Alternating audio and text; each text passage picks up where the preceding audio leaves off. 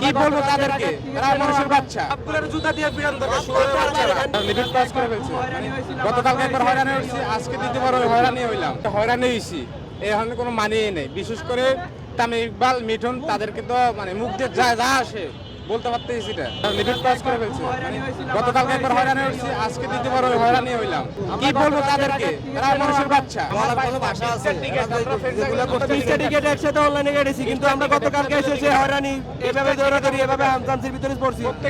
হয় না আমাদের হোস্টেলে থাকছি, গোলা থেকে আসছি, এক রাত থাকছি, আরেক রাত কি থাকা সম্ভব আমাদের?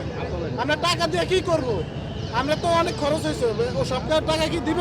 তাদের উচিত ছিল টাকা ব্যাক না দেওয়া, আজকের খেলাটা দেখানো উচিত ছিল।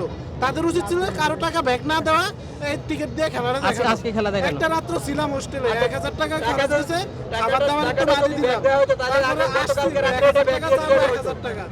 কাজটা ঠিক করে আমাদের 20টা টিকিট, একটা দুটো টিকিট না। টাকা দিয়ে আমরা খেলা দেখতে পাচ্ছি না, এটা কেন ভাই?